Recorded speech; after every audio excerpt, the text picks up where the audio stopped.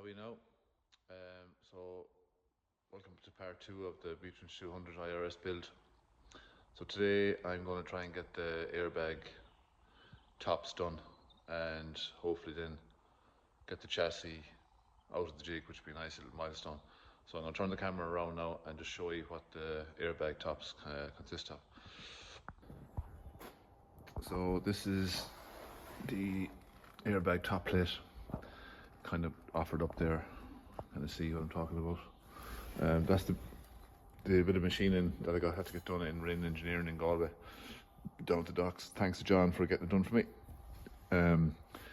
These are just to allow me to put the clips in to the studs for the airbags. It's just a retainer for the tops of the bags, and have to get a few of these bits of flat and so on shaped.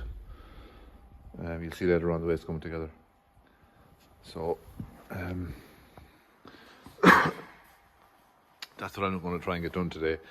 Get these airbag tops done, and then I'm going to start getting the chassis out of the jig for the first time in over a year, which is slightly exciting.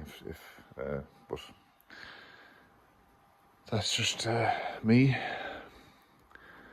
Probably 3 people in the world are going to watch this in total because it's such a niche thing to be doing. But anyway, so I'll check in during the day with different bits and pieces to show you what's going on.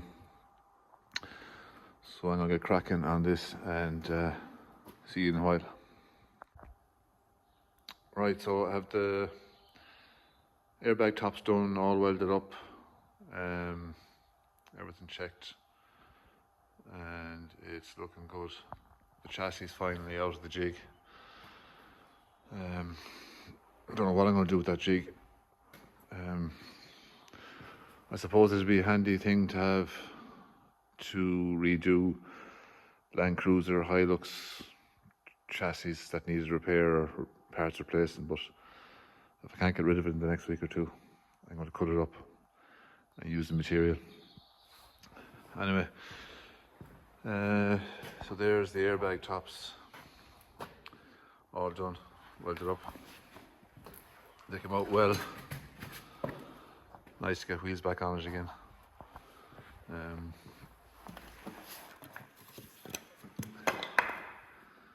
So that's just a quick look at how they came out. It's an old welder I have. I bought last year to get me out of a hole because my other welder packed it in, but it did the job. So everything's lined up, everything's looking good. So today's job is to convert over these original Mazda 6-hole hubs over to BMW 5x120. Clive, he made up these hubs for me.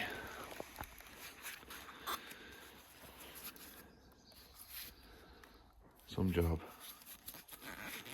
Class.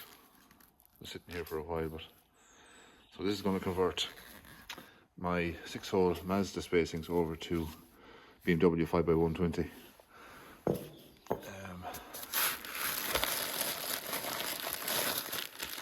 All the studs and everything with it. So that's today's job.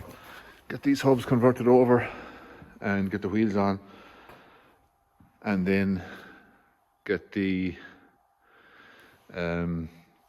cab up in the lift, take it off the dolly, get it up in the lift, wheel my chassis in under it, get the cab back on, temporarily bolt it back on again, then put the donor car up in the lift, pull the M57 running gear from that, and then start to get it offered into the chassis.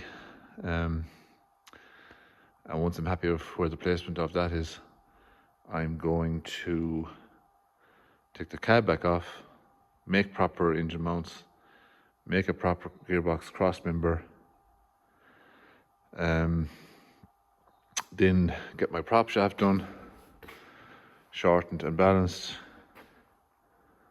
And then when that's done, put back on the cab again probably, and then check out all my clearances, steering column, making sure that I have room for rads, intercooler, piping, where all that's going to come from, which ones I'm going to use. Probably using Iveco daily. Coolant rad because it's so slim, and I don't know what I'm going to do with the intercooler. We'll just have to see. So keep plugging away, and it's slowly getting there, but you just have to keep plugging away. And any advice for anyone that's taking on a restoration of a car or a Jeep or a pickup, whatever. The number one rule is, if you don't have time, or you think you have time, do not strip the vehicle down. Do not strip the vehicle down to everything, down to bare shell. If you do that and you don't have the time, it'll never happen. It'll never happen, because you're looking at 1,500 hours plus to bring back a car or a shell from, from bare shell back up again. That's why so many restorations are left in sheds, never to materialise. So if you're going to buy something old or classic, buy something that just needs brakes doing, piping, small bits and pieces of engine work, and make sure that the shell or the chassis is in good order. Because if you have to strip that car or vehicle down to bare shell, chances are it's never going to happen. It's as simple as that. So that's it for another while. I'm going to get these hubs converted over today, and then we'll move on to getting the cab back on. Right, that's one done. New bearings in, new seal. The original discs, but they're only temporarily. Putting on a big upgrade kit anyway when the thing is finished, so they're only there temporarily. But this is just painless. Spray kit. So we'll get this side done and the other side. That took about 20 minutes. Not even, I don't think. So that's one on. So that's one Mazda B2200 6 lug or 6 by 139.6 over to BMW fitment 5 by 120 in about 20 minutes. Class. Right, so both front hubs are converted over to BMW fitment. So the next thing to do now is I'm going to put the cab up on the lift, roll the chassis in, and clean up some threads underneath on the cab and just mount it temporarily. Then put the donor car up on the lift, pull the engine and gearbox out of it,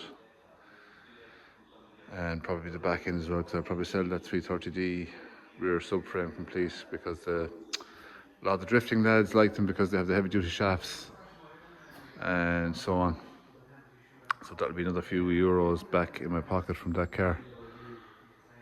So that's it for part 2 of this Mazda B2200 IRS build. So I should get a fair bit done again now tomorrow, and then maybe an evening or two next week, and then I'll get part 3 up next weekend or thereabouts. So for any of you that are following it, hope it's interesting for you. It's a niche thing to be doing, so I don't think too many people are going to follow it, but I hope that it's proving somewhat interesting. So there you go. Thanks for watching. See you in the next bit.